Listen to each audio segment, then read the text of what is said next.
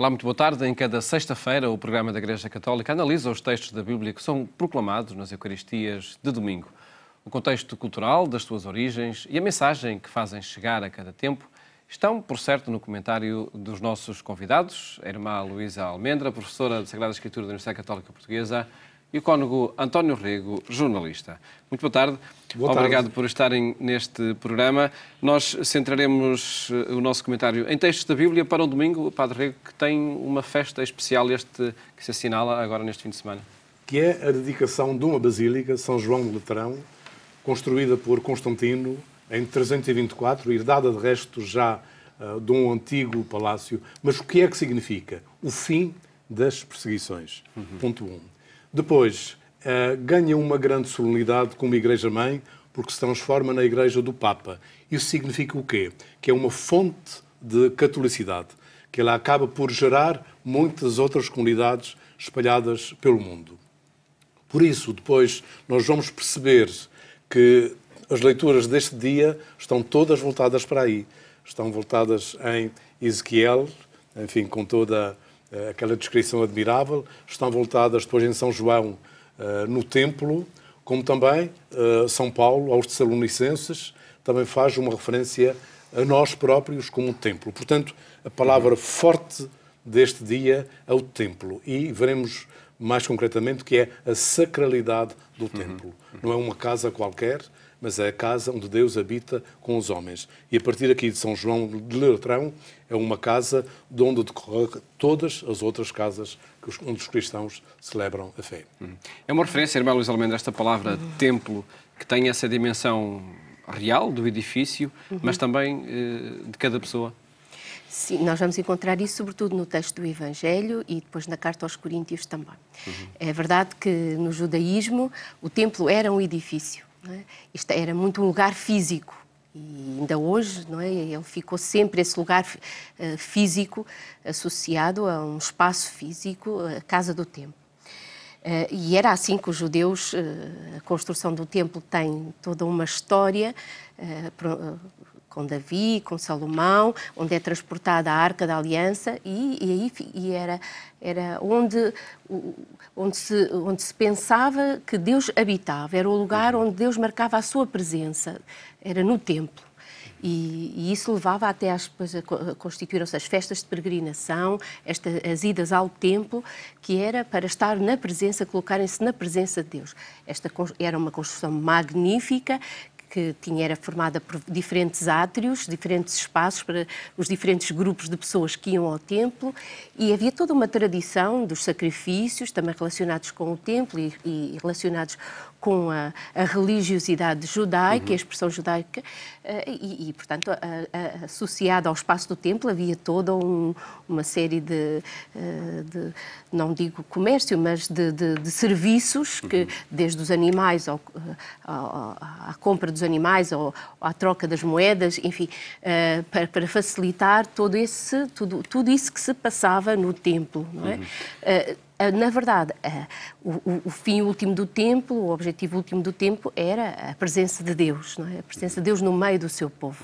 E é precisamente... É interessante, uma coisa que vi agora quando estive a preparar, o templo era quase mais importante que o povo. Ou seja, estamos em tempo de exílio, eles estão na Babilónia, aqui quando diz que ela fala, e este regresso não é tanto o regresso do povo, é o regresso ao templo. E era a importância que eles davam, porque era o sinal, como diz. Vamos partir nessa nossa análise do texto do Evangelho, onde precisamente se descreve o templo com esse ambiente de comércio, onde chega Jesus e, enfim, fica irritado com tudo isso. Então pega no chicote e diz: não façais da casa do meu pai uma casa de comércio. Depois segue um diálogo com os judeus, e é precisamente esse diálogo com os judeus que proponho que vamos para ouvirmos neste momento e para depois comentar. Os judeus tomaram a palavra e perguntaram-lhe: que sinal nos dás de que podes proceder deste modo? Jesus respondeu-lhes: destruí este templo e em 3 dias o levantarei. Disseram-lhe os judeus: foram precisos 46 anos para construir este templo e tu vais levantá-lo em 3 dias? Jesus, porém, falava do templo do seu corpo. Por isso, quando ele ressuscitou dos mortos, os discípulos lembraram-se do que tinha dito e acreditaram na Escritura e na palavra de Jesus. Irmã Luísa Almendra, este texto é a parte final do Evangelho, que Sim, iremos sim, ouvir sim, no próximo domingo. Há aqui, para além da circunstância real do episódio, enfim, mais próximo ou não tanto do que aqui se apresenta, mas há uma leitura, sobretudo, teológica, não é? Sim. Todos os 4 textos de Evangelho que nós temos nos relatam este episódio de Jesus no templo. E nós notamos aqui, neste caso de João, ele surge logo ao início, no segundo capítulo do seu texto de Evangelho. Nos outros, ele é um texto que é guardado, é uma narrativa que é guardada quase para perto do ministério da vida de Jesus, portanto, muito perto das narrativas da paixão. Aqui não, ele é colocado logo no início. E nós podemos ver que não se está aqui a fazer uma reportagem jornalística, digamos assim, desta ida de Jesus ao templo. Jesus foi muitas vezes ao templo, mas há aqui uma intencionalidade e uma estratégia do autor. E muitas vezes nós ficamos na exterioridade do texto, que é o chicote, a violência, mas o que o autor nos quer é surpreender, ele quer criar um impacto de que há uma diferença que os discípulos, e o texto é notório em dizer isso, termina mesmo dizendo isso, eles lembraram, eles recordaram, eles perceberam que há uma diferença, não é? Há uma diferença agora na pessoa de Jesus. Até ali havia a presença física do templo, Deus marcava a sua presença no meio do povo, no edifício, no lugar físico do templo. Agora, Deus marca a sua presença na pessoa de Jesus. Como é que eles hão de dizer isto? Como é que o autor havia de dizer isto? Ele constrói esta narrativa, tenha ela fundo histórico ou não tenha, não estamos a discutir isso, mas ele reelabora certamente uma fonte histórica e põe-nos esta situação. Para os judeus, aquele homem, Jesus, é apenas um homem, um galileu, um homem que vem da Galileia, um homem como qualquer outro homem. Como é que ele pode estar a dizer, fazer aquelas coisas, destruir aquela ordem? Porque aquilo era uma ordem natural, não era nada. Eles não estavam a fazer nada contra a organização, aquilo estava instituído, que era assim, havia os vendedores, havia os animais para os sacrifícios. Portanto, a organização estava estabelecida, era admitida, ninguém estava ali fora da lei. E Jesus tem um gesto, porque o problema não é que eles estivessem fora da lei, mas o problema é agora a novidade que Jesus é. E é isso que o autor nos quer transmitir. Jesus é agora ele, a presença de Deus. É ele agora o novo templo. E todo o resto da narrativa é para chegarmos a esta verdade da fé. Há aqui um saltar de nível, Padre Rego.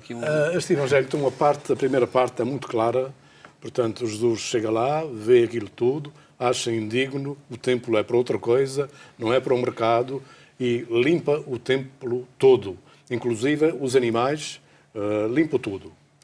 Agora, esta segunda parte, aqui já é uma narrativa da sua própria vida, ou seja, tudo tem significado. O sinal, este templo que sou eu, os 3 dias do templo destruído é a sua morte. Mas, como diz São João, ele ressuscitou e eles lembraram-se disto. Ou seja, estes factos já são narrativas simbólicas do que vai acontecer a Jesus. E é muito importante como se passa de uma cena, digamos, escabrosa, talvez das mais violentas que a gente vê na pessoa de Jesus. Lembro-me bem que os teólogos perguntavam se isto ouçava mesmo pelo extremo de virtude de Jesus ter esta ira contra os violadores do templo. Discutia-se muito isso em teologia. Não sei como está nesta altura. Isto é esse ponto da questão, irmã Luísa Almendra. Não se discute, porque o ponto em que se está é que aqui uma estratégia do autor, não se está a discutir aqui uma verdade histórica de que se Jesus teve este gesto ou não teve este gesto. O que se pretende, porque, como eu disse há bocadinho, não é que ninguém estava fora da lei ali. Toda a gente, e os animais eram importantes para o sacrifício. O sacrifício tinha um sentido muito importante para o povo judaico. Era do fumo do sacrifício, que era como o louvor que chegava até Deus. Portanto, havia um simbolismo no ritual dos sacrifícios. Portanto, tudo o que estava ali estava em função do sagrado. E, portanto, não é isso que... Agora, o que o autor quer é criar uma ruptura entre aquilo que era o pensamento, um culto novo. Um culto novo, exatamente. Ele quer criar entre o culto antigo e o culto novo. Jesus é este culto novo, este lugar da presença de Deus. E claro que, porque se ficamos na discussão da violência, do gesto, esta nova compreensão também é violenta. Pois. É violenta dizer agora que um ser humano, um galileu, que eles conheciam, um homem normal como eles, é o lugar da presença de Deus, que existe também é de uma violência para a compreensão humana muito grande. E é isto que o autor bíblico, nós muitas vezes temos dificuldade, somos demasiado literalistas à letra do texto e não à intencionalidade que tem o texto e que o autor... Porque o autor fala com imagens, que transmite com imagens, e nós não entramos nesse jogo simbólico do autor e fazemos as leituras demasiado literais e ficamos a discutir. É verdade, mas São João quer ser bem claro nesta matéria. Sim, nesta matéria, sim. É Jesus que é o novo templo. O novo templo e depois o que ele quer expressar como significado. E que era, segundo ele e para Jesus, quase criminoso, um lugar que era de adoração, ser convertido num lugar de comércio. E é isto que ele não tolera. Isto parece que aqui não há fuga possível de interpretação. Agora, e aí eu sei, se ele estava mais bem ou mais bem-humorado quando limpou aquilo tudo, não sei. E a mensagem que ficou do texto não, mas também, isto acho que é bem claro que Deus não consente que o seu templo seja transformado num instrumento de mercado. Mesmo que esse mercado seja honesto noutro sítio. Ali dentro não, que é para outra coisa. E penso que isto é muito importante para hoje, porque muitas vezes, digamos, à sombra de benefícios, talvez excessivamente próximo dos templos, se fazem comércios. E, portanto, penso que também não devemos estar completamente fora deste aviso. Mas dou-lhe razão, porque o significado especial vem a seguir no anúncio da sua morte e da sua ressurreição. Aí está o verdadeiro templo, não é? Exatamente. Jesus Cristo desde esse acontecimento. E um culto que acabou. Quanto a Jesus, acabou este culto. E é um culto novo. Há aqui um aspecto que eu acho muito curioso, é que os discípulos assistem a isto tudo, não é? E há aqui o autor refere, não é? Logo, já antes, ele diz os discípulos, quando Jesus diz, não é? Tem um gesto, e diz, não façais da casa do meu pai uma feira, os discípulos lembraram-se de uma palavra da Escritura. É muito interessante que o agir de Jesus leva-os para as Escrituras judaicas, não é? Remete-os para as Escrituras judaicas e lembra-lhes o zelo da tua casa me devora. Eles lembraram-se desta expressão, que é uma expressão judaica, das Escrituras judaicas, o zelo da tua casa me devora. Ao verem aquele gesto de Jesus, eles não pensam na violência do gesto, eles pensam no zelo, a atitude que Jesus tem, como dizia o Padre Rigo, a clareza e a atitude que ele tem por aquele lugar, por este lugar que é a presença de Deus.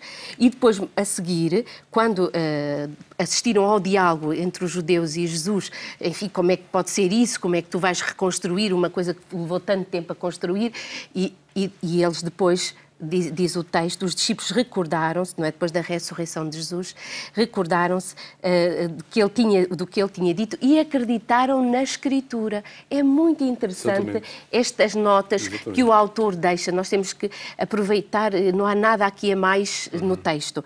E nas palavras, na Escritura e nas palavras que ele tinha preferido, nas duas coisas. As duas coisas estão juntas. As Escrituras que anunciavam Jesus, que falavam deste zelo pela casa do Pai, e agora as palavras de Jesus que dizem eu sou, agora esta presença de Deus, não é?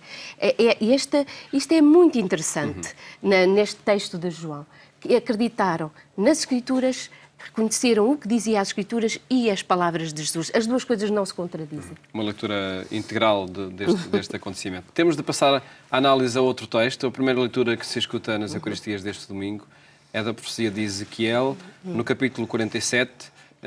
De que forma é que se fala aqui também do templo? O anjo reconduziu-me à entrada do templo. Começa assim o texto. Paulo, eu acho este texto tão bonito, tão doce, tão feminino, tão cheio de vida, tão cheio de significado, de feminismo, de respeito da mulher, como que eu acho que a irmã que devia comentá-lo. Vamos, irmã, sim, para este texto de Ezequiel, vamos a essa análise, irmã Luísa Almendra, que começa precisamente com essa frase: o anjo reconduziu-me à entrada do templo.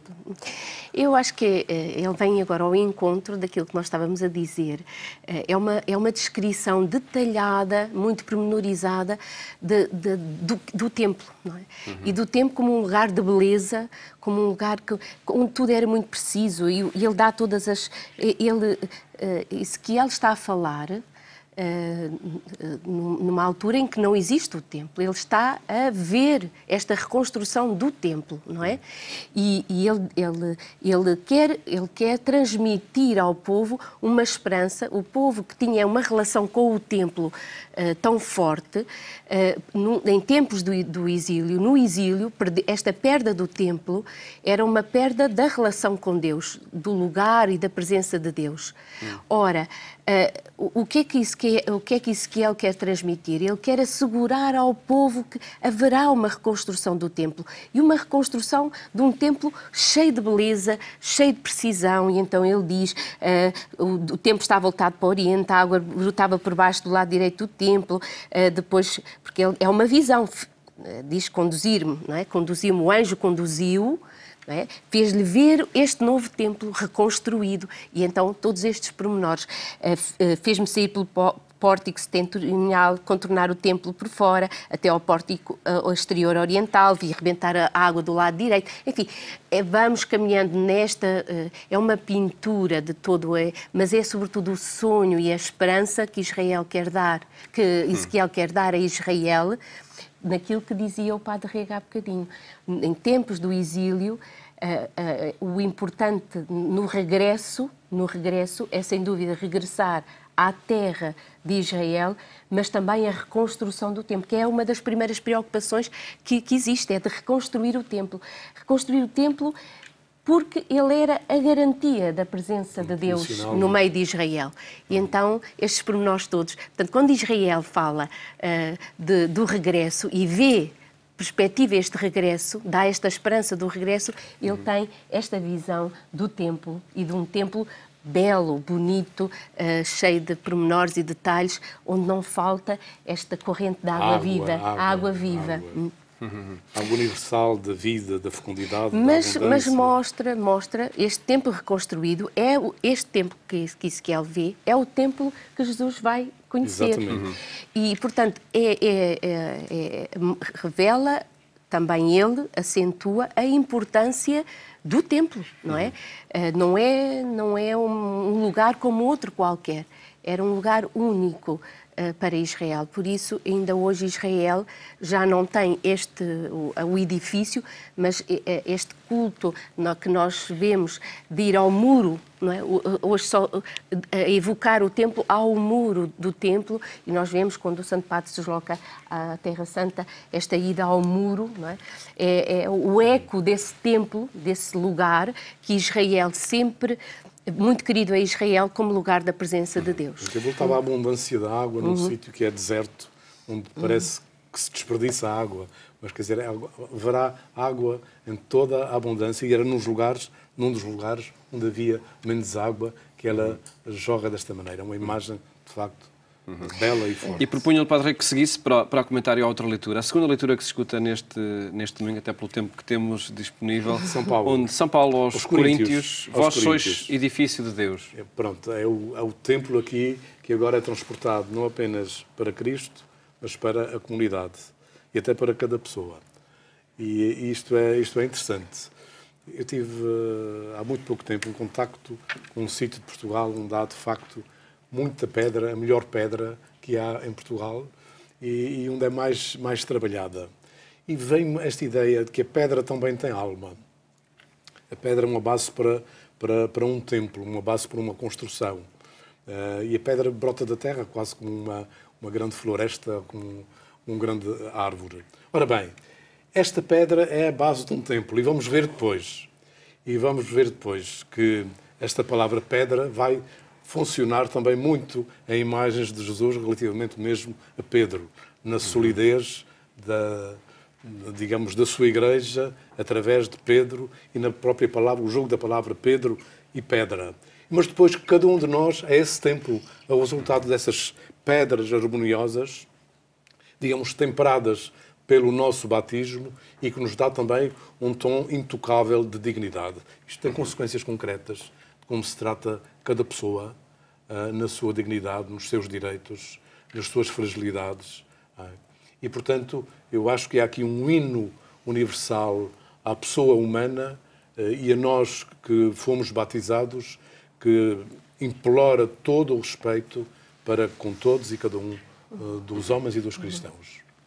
Ana Luísa. Eu sublinhava que acho que há aqui neste texto de Paulo um reconhecimento dos primeiros cristãos. Não há dúvida que até pelos textos que nos transmitiram, de Jesus, quando era...